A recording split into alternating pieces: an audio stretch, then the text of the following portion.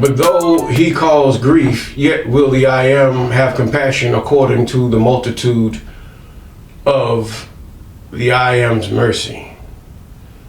For the I am does not afflict willingly nor grieve the children of men, to crush under the I am's feet all the prisoners of the earth, to turn aside the right of a man before the face of the Most High, to subvert a man in his cause, the I am approveth not. Who is he that saith it cometh to pass, when the I am commandeth it not? Out of the mouth of the Most High proceedeth not evil and good. For wherefore doth a living man complain, a man for the punishment of his sins? Let us search and try our ways, and turn again to the I am. Let us lift up our hearts with our hands unto the I am in the heavens. We have transgressed and have rebelled. Thou hast not pardoned. Thou hast covered with anger and persecuted us. Thou hast slain, thou hast not pitied. Thou hast covered thyself with a cloud, that our prayer should not pass through. Thou hast made us as the offscouring and refuse in the midst of the people. All of our enemies have opened their mouths against us. Fear and a snare has come upon us, desolation and destruction. Mine eye runneth down with rivers of water for the destruction of the daughter of my people. Mine eye trickleth down and ceaseth not without any intermission. Lamentations chapter 3, verses 32 through 49. Deliver me from the hands of evil spirits who have sway over the thoughts of men's hearts, and let them not lead me astray from thee, my God. Establish me in my seed, that we go not astray henceforth and forever. Jubilees chapter 12 and verse 20. Yes, good morning, good afternoon, good evening. You're walking with Mr. Clay. I'm Mr. Clay. And we're still in the book of Job chapter 30 as you prepare. Yes, a very sad lamentation. With all that we can do, most of us still do not turn to the law, statutes, and ordinances of the Most High. We still marry the wrong people. We still observe the wrong days. When God gave us 3 feasts throughout the year, but yet we feast for this pagan god they call Santa. And nevertheless, even the pagan god, demigod we call Yahushai, Yahusha, or even Jesus. Same person, same words, same everything. You cannot make this up. It's done. And we're in the book of Job. It would be that when you say live and let live, when we say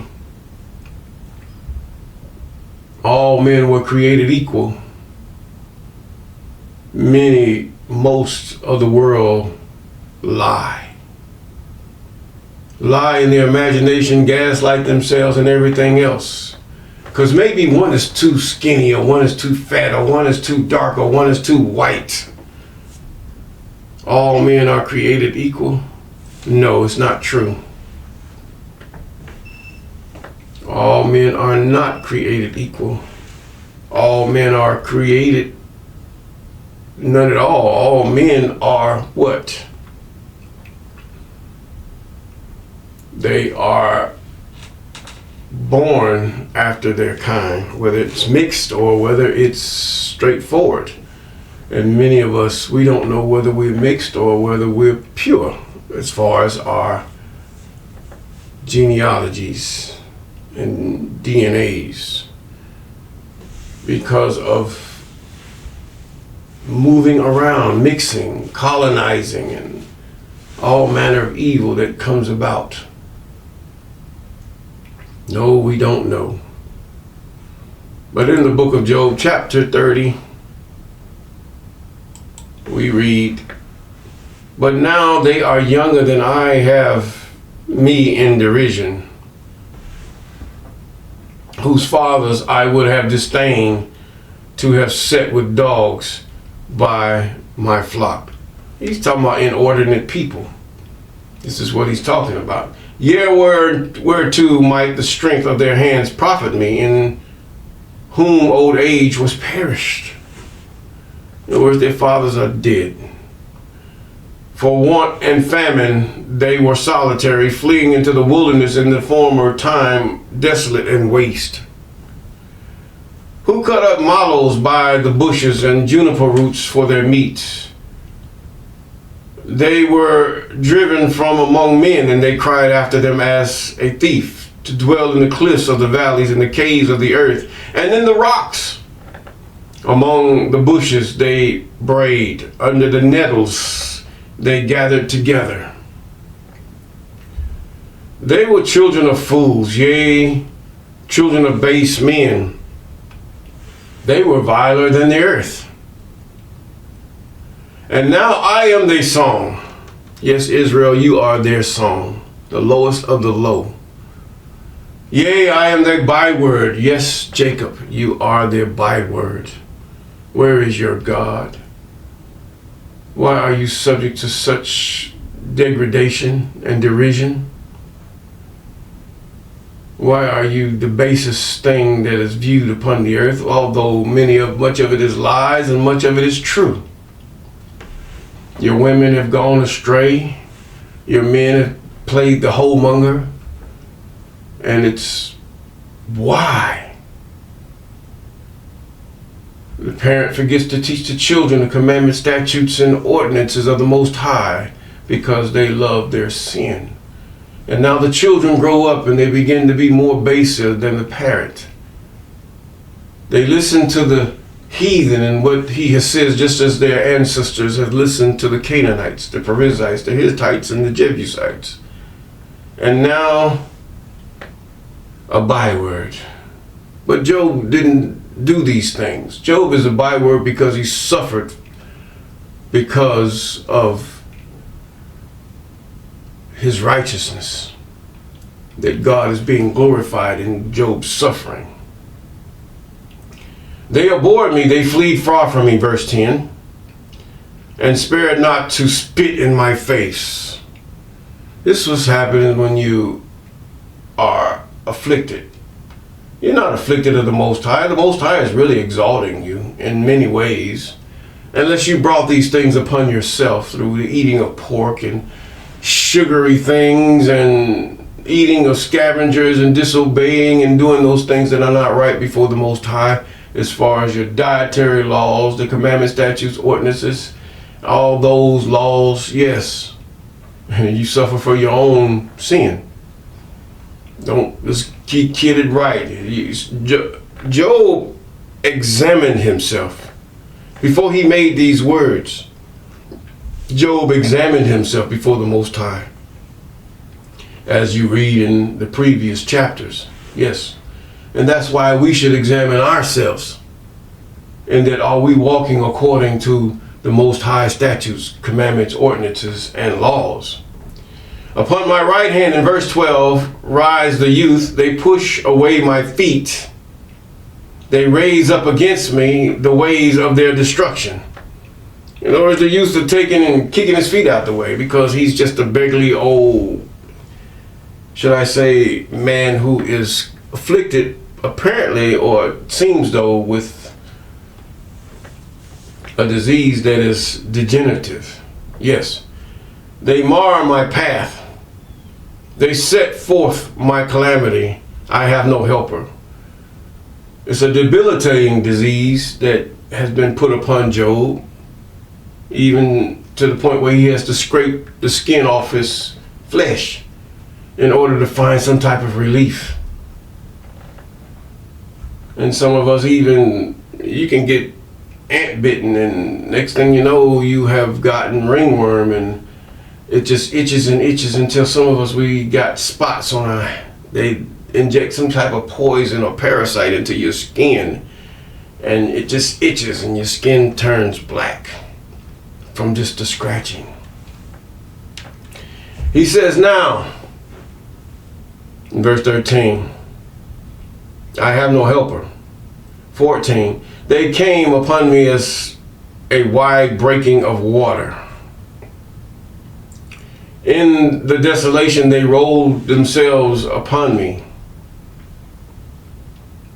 In other words, they just overcome me with their rantings and their mockeries and all these things, because Job was a good man, according to the law, statutes, commandments, and ordinances of the I Am at that time. Israel wasn't actually freed from Egypt yet. He says, and now my soul is poured out upon me, and my days of affliction have taken hold upon me. My bones are pierced in me in the night season, and my sinews take no rest. In other words, I'm in pain, I'm in agony. The only time Job has any rest is from being so tired and so weary of enduring the pain and the irritation of his degenerative disease. By the great force of my disease is my garment changed. It bindeth me about as the collar of my coat.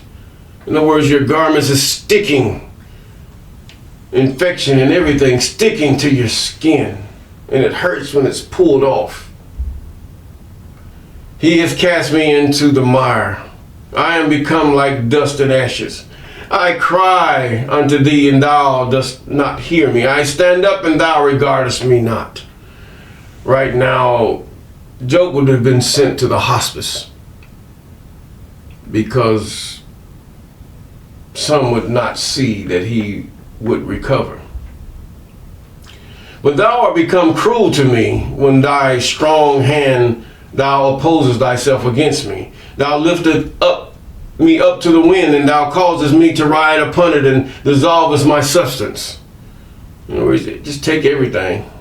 For I know that thou wilt bring me to death, and to the house appointed for all living, even the grave, yes.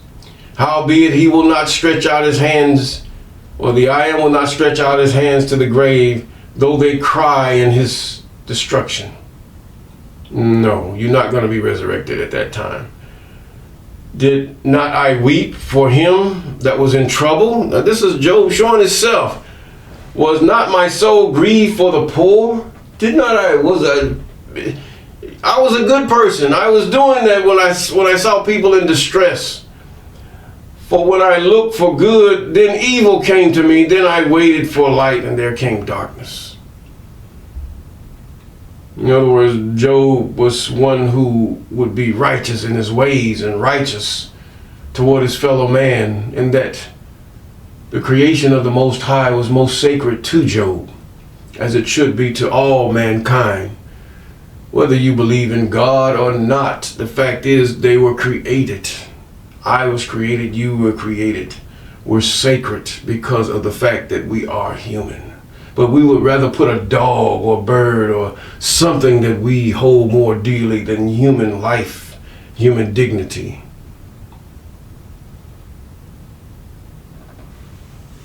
Because of our foolishness, a dog or bird made lower than mankind. I went mourning without the sun. I stood up and I cried in the congregation. I am a brother to dragons, lizards. These dragons were no more than just lizards, Komodo dragons, or whatever you want to call them. Whatever was serpent-like or lizard-like. This is what they meant by dragons. No, it's not your fire-drinking Chinese dragon or your English dragons. Yeah, they have their dragons, but you notice that the dragons are still resemblance of those who creep upon the earth. Yes. And the companion to owls, the night creatures. Because he's suffering, it's hard for him to sleep until sleep grabs a hold of him and says, enough. And he falls asleep just out of being tired, exhaustion. My skin is black upon me. My bones are burned with heat. Skin is dead. Dead skin upon Job turns black.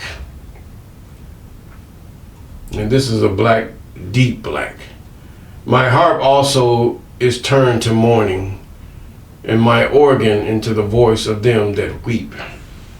In other words, I have no soundness in my flesh. I have no weeping. All I have is pain and agony and torment while I'm yet in the flesh. Can such a man endure such a thing? What about your Isis? If he was a real man, could he endure such a thing?